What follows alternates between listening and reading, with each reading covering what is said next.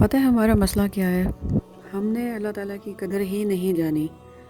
ہم نے کبھی کوشش ہی نہیں کی یہ جاننے کی کہ اللہ تعالیٰ کیا ہیں، اللہ تعالیٰ ہمیں کتنا چاہتے ہیں، اللہ تعالیٰ ہم سے کیا چاہتے ہیں، اور اللہ تعالیٰ کی شان کیا ہے، اللہ تعالیٰ کی عظیم ہستی کیسی ہے. جب اللہ تعالیٰ فرماتے ہیں کہ میں شہرک سے زیادہ قریب ہوں تو اس کا مطلب کیا ہے؟ جب اللہ تعالیٰ فرماتے ہیں کہ مجھے پکارو میں قریب ہوں تو اس کا مطلب کیا ہے؟ یعنی اور جب اللہ تعالیٰ خاص طور سے فرماتے ہیں کہ میں 70 ماؤں سے زیادہ پیار کرنے والا ہوں تو اس کا مطلب کیا ہے؟ 70 کا یہاں پہ مطلب لیا گیا ہے کہ جیسے ہم اپنی زبان میں کسی کو کہہ دیتے ہیں کہ یار میں نے تمہیں 100 مرتبہ آوازیں دیں، تو 100 مرتبہ آواز نہیں دی ہوتی، اس کا مطلب یہ ہوتا ہے کہ بہت مرتبہ پکارا. تو عربوں میں 70 کا مطلب یوز کیا جاتا تھا as something great, something which is greater, much greater than 70. تو it could be infinite as well. تو اللہ تعالیٰ ہم ایک ماں کا پیار نہیں ناپ سکتے، تو جب اللہ تعالیٰ فرماتے ہیں کہ میں ایک ماں سے بھی زیادہ اور ماں سے بھی انفینٹلی زیادہ پیار کرتا ہوں، تو ہم سمجھ نہیں سکتے کہ اللہ تعالیٰ کیا ہمیں بتانا چاہ رہے ہیں.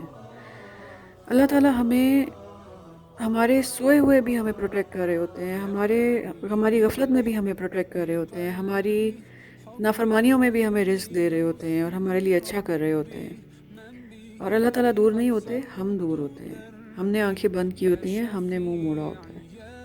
تو اللہ کی رحمت سے ہمیں نا امیدی ہوتی ہے. اللہ تعالیٰ کی رحمت ہمیشہ ہمارے ساتھ ہوتی ہے، اور اللہ تعالیٰ کی باتوں کو ہم سمجھنا چاہتے نہیں ہیں.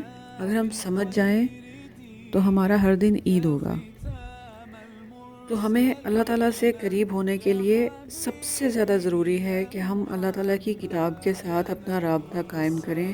ہم دوبارہ سے اللہ تعالیٰ کی کتاب کے ساتھ ایک عشق جیسا رابطہ اور ایک تعلق قائم کریں. ہم نے کبھی سوچا ہی نہیں، ہم نے دیکھا ہی نہیں، ہم نے اس کتاب کو ایسے بڑا لائٹ لے لیا.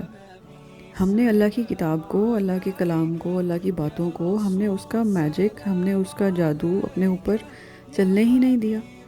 ہم نے کبھی اس کا اثر اپنے اوپر ہونے ہی نہیں دیا. یعنی ہم ایک مہندی لگا لیتے ہیں اور اس کا رنگ جو ہے وہ ہمارے ہاتھ سے کتنے کتنے دن نہیں اترتا. تو جب قرآن ہم پڑھتے ہیں، یہ مہندی سے زیادہ رنگلا اور مہندی سے زیادہ تیز رنگ لانے والی ایک چیز ہے اور ایک کلام ہے.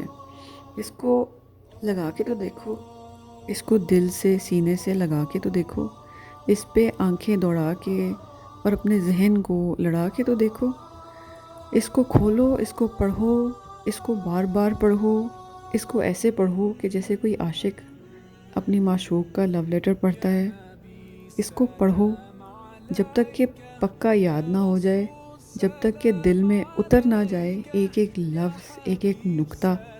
اس کو اتنی بار پڑھو، اتنی بار پڑھو کہ واقعی میں اس کو پڑھنے کا حق ادا ہو جائے.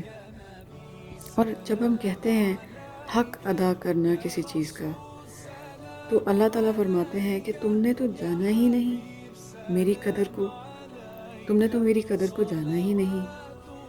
تو جب ہم اللہ کی قدر کو جان لیں، اور پھر اللہ تعالیٰ فرماتے ہیں کہ میری کتاب کو، یعنی مفہوم میں بتا رہی ہوں کہ جو ایمان والے ہیں وہ اس قرآن کو ایسے پڑھتے ہیں جیسے کہ اس کو پڑھنے کا حق ہے. تو پہلے اللہ کو جانو، اس کی قدر کو جانو، سوچو اس کے بارے میں کہ وہ کیا عظیم ذات ہے جس نے ایک کن کہہ کے پوری کائنات کو پیدا کیا. ہر کائنات کو، ایک کائنات تو نہیں ہے، بہت ساری کائناتیں ہیں. اللہ تعالیٰ نے اپنے آپ کو رب العالمین بولا ہے، رب العالم نہیں بولا، رب العالمین فرمایا ہے. تو بہت ساری کائناتیں ہیں، اور جب ان کا رب یہ بتاتا ہے کہ میں نے یہ ساری کائناتیں ایک کن کہہ کے بنا دی، تو وہ کیا عالی شان ذات ہے، کیا ہی شاندار مالک ہے، کیا ہی شاندار پروردگار ہے. اور جب وہ کہتا ہے کہ میری کتاب کو ایسے پڑھو کہ جیسے اس کو پڑھنے کا حق ہے، تو اس کا حق ادا کرنا تو پھر یہ ہوا کہ ساری زندگی اس کتاب کے ساتھ نظریں لگی رہیں، دل جڑا رہے، ہر جگہ اٹھتے بیٹھتے چلتے پھرتے وہ کتاب ہی پڑھی جا رہی ہو اور اس پر عمل کیا جا رہا ہو۔ اور ایسا کیوں نہ کریں؟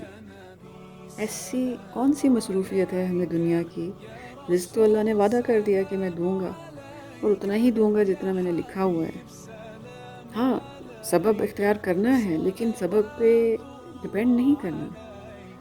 دینا اللہ نے اتنا ہی ہے جتنا اللہ نے لکھ دیا ہے۔ تو کیوں نہ بائی چوائس اللہ کی کتاب کو پکڑیں، اللہ کی قدر کو جانیں، اس پہ ٹائم سپینڈ کریں، اللہ کی کتاب کو ایسے پڑھیں جیسے کہ اس کو پڑھنے کا حق ہے،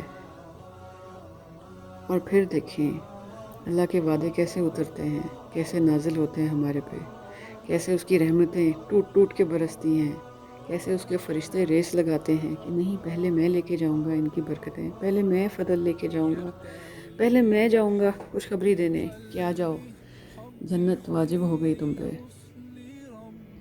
آئے ہم ان لوگوں میں سے بن جائیں، خاص طور سے اس رمضان ان لوگوں میں سے بن جائیں جو اللہ کی قدر کو جانتے ہیں اور اللہ کی کتاب کو ایسے پڑھتے ہیں جیسے اس کے پڑھنے کا حق ہے۔